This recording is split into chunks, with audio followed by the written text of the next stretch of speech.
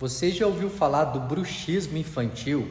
O bruxismo infantil ele pode ser caracterizado por ranger ou apertar dos dentes, que a criança pode fazer dormindo ou até mesmo acordado.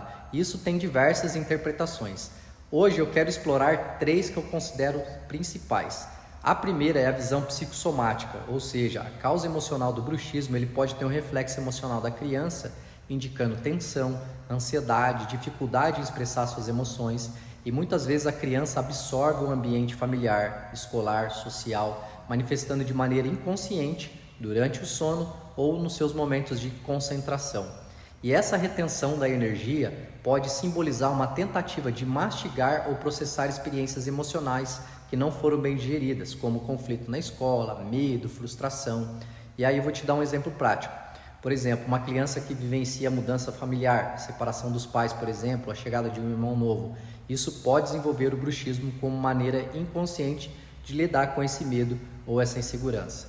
A segunda visão que eu considero é a espiritual, que é a energia acumulada do ponto de vista espiritual. O bruxismo ele pode representar um bloqueio energético em áreas relacionadas à comunicação, expressão, com o chakra da garganta.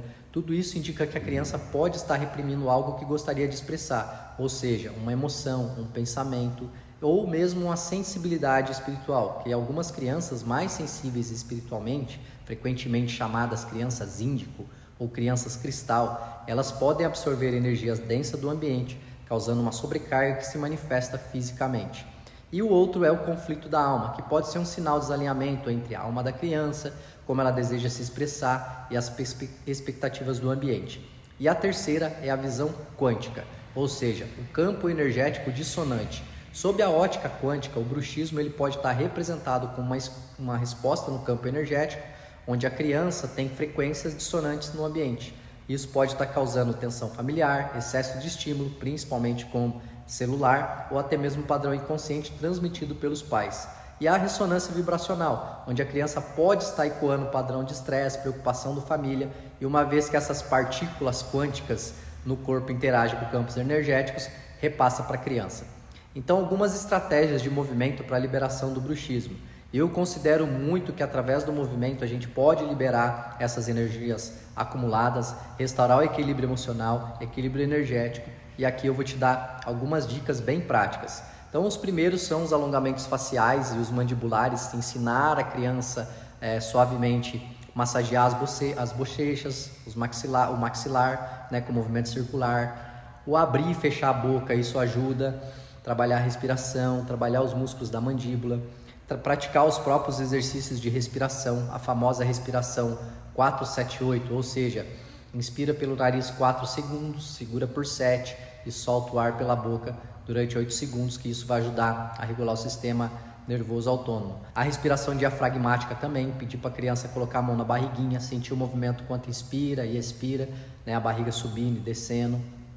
E também trabalhar com os movimentos lúdicos no alívio do estresse, A dança livre, nisso, incentivar a criança, não ter regra, somente movimentar o corpo de acordo com a música, deixar ela bem livre, fazer brincadeiras de equilíbrio, como andar em linha reta ou em superfície instável, colocar o travesseiro ou o colchão, isso vai ajudar a estimular essa conexão da mente e do corpo, e aplicar também técnicas somáticas, Uma das que eu adoro utilizar são os tappings, são pontos, tapinhas suaves no canto do olho, têmpora, no peito, enquanto a criança afirma, eu estou seguro, eu posso relaxar. E atividades suaves de movimentos naturais, que vai mover o pescoço, movimentar a cabeça, trabalhar em diferentes direções, isso tudo para procurar esse relaxamento nessa região.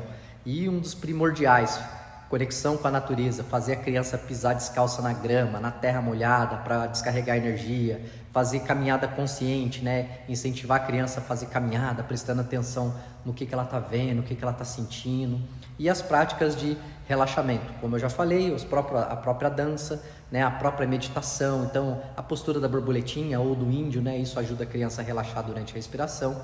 E principal, fazer antes de dormir, contar histórias que incentivam a criança a imaginar cenários tranquilos, como um campo, um jardim.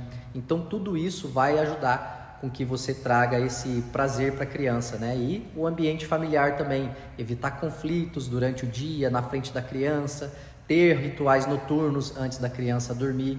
evitar açúcar, alimentos que estimulam a criança, tomar muito café, criança que fica agitada.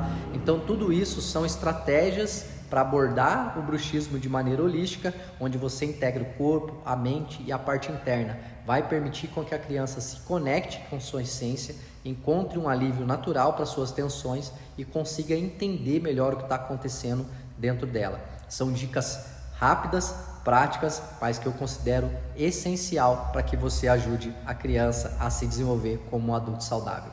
Então, se você gostou, comenta aqui, compartilha com outra pessoa que pode estar ouvindo isso e a gente se vê nos próximos vídeos. Até lá!